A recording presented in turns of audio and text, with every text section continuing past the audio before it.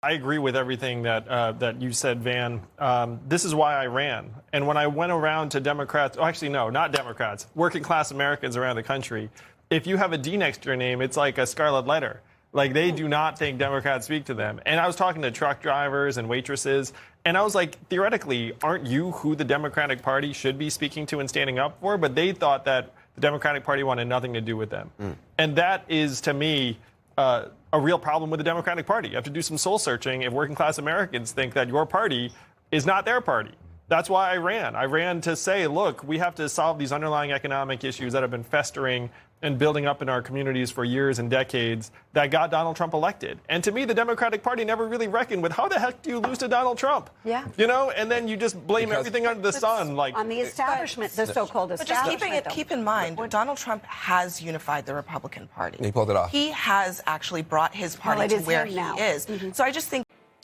Good evening and welcome to Tucker Carlson Tonight. The story of American decline is the story of an incompetent ruling class. You'll hear many self-serving explanations for it, but the truth is it's that simple. The people in charge inherited an industrial superpower with unchallenged military dominance. In a little more than a generation, they squandered all of it. In exchange for short-term profits, bigger vacation homes, cheaper household help, they wrecked what they did not build. They outsourced entire sectors of our economy to China. They imported a serf class to drive down wages, and they crippled the middle class while doing it. They ran up trillions in unpayable debt. They turned the finest universities in the world into a joke. They watched from their decadent little bubbles of affluence as families, faith, and public decency died in this country, and they laughed because they didn't care. How people this awful wound up in charge of a nation as great as ours is a question historians will have to answer, and they will someday. But at this point, it's clear the population has grown tired of it. Donald Trump's election is one clear sign of that. The rise of Bernie Sanders is another. The ruling class, in other words, is losing its grip on power, and they can feel it. They can smell it. It terrifies them. Their first response was denial. It always is. They retreated into fantasy. Why can't we just elect Joe Biden and make it 2009 again? Well, that didn't work, and when it didn't, they reverted to their governing instinct, which is authoritarianism. They stopped trying to convince the public of anything and instead decided to scare them.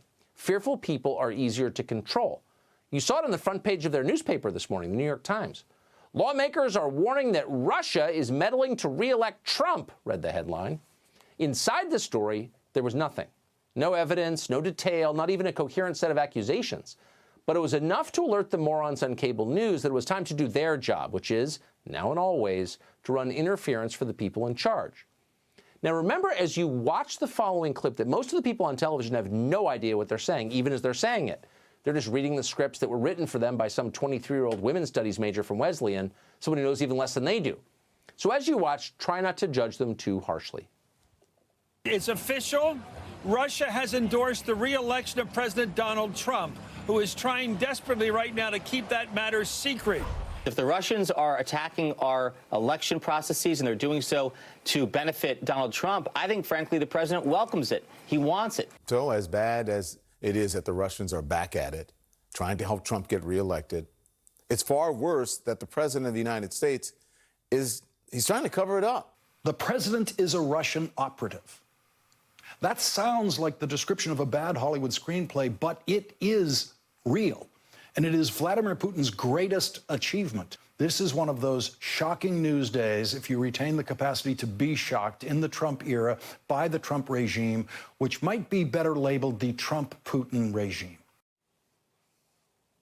The president of the United States has colluded with Vladimir Putin to steal an election. No, not the last one, though that one, but the next one, too. Be afraid, says Don Lemon. Be very afraid. Yet the public doesn't seem especially afraid. Maybe they've heard it before somewhere. Their lack of panic is deeply distressing to the Democratic Party, which is counting on another Red Scare sometime between now and November. So Brian Williams, trustee Brian Williams, stepped in to scold America for not being more terrified. We begin tonight with sad word that funeral services are pending this evening after the death of Outrage earlier today. Outrage officially died of exhaustion, though buoyed at the very end by the one bright spot, the realization that his close relative Apathy survives and is thriving. Got that? Screw you, America. You ought to be falling for it a second time. How dare you? You can see the frustration on their faces. On the other hand, you'd think they might take the time to come up with a new hoax occasionally. Why can't they invent Argentine sappers once in a while, or saboteurs from Malawi? Something new and interesting. But no, like a robot vacuum cleaner stuck carving circles under a chair, they're going to keep doing the same thing over and over and over till the batteries run out. And now they're trying it on Bernie.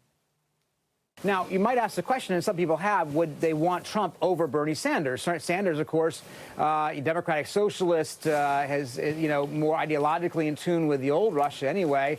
And remember, of course, the Russians did favor Bernie Sanders in the primary in 2016 over Hillary Clinton. Wait, Bernie Sanders? He's a Putin stooge, too? We thought he was a Brezhnev stooge. Whatever. He's colluding with the Russians. He's got to be, because he's not with the program. Just this afternoon, the Washington Post reported that, quote, Bernie Sanders was briefed by U.S. officials, intel officials, that Russia is trying to help his presidential campaign, end quote. Now, that happened weeks ago. He learned about it weeks ago, but the Sanders campaign never leaked the story. Now, on the eve of the Nevada caucuses, someone in the so-called intelligence community did leak it, just as they repeatedly leaked selective information in the first Russia hoax in an effort, of course, to derail Donald Trump, whose policies they disagreed with. You see what's going on here? Yes, you do. Our democratic system is, in fact, under attack. That much is true. But it's not the Russians who are attacking it. It's not even the Chinese. It's being attacked by our own ruling class. They're undermining democracy because they have no choice. If they left it up to voters to decide where to go next, they'd be out of a job tomorrow because they've been terrible stewards of this country. Some of them would be in jail. So they've got to subvert our system. Their livelihoods depend on it.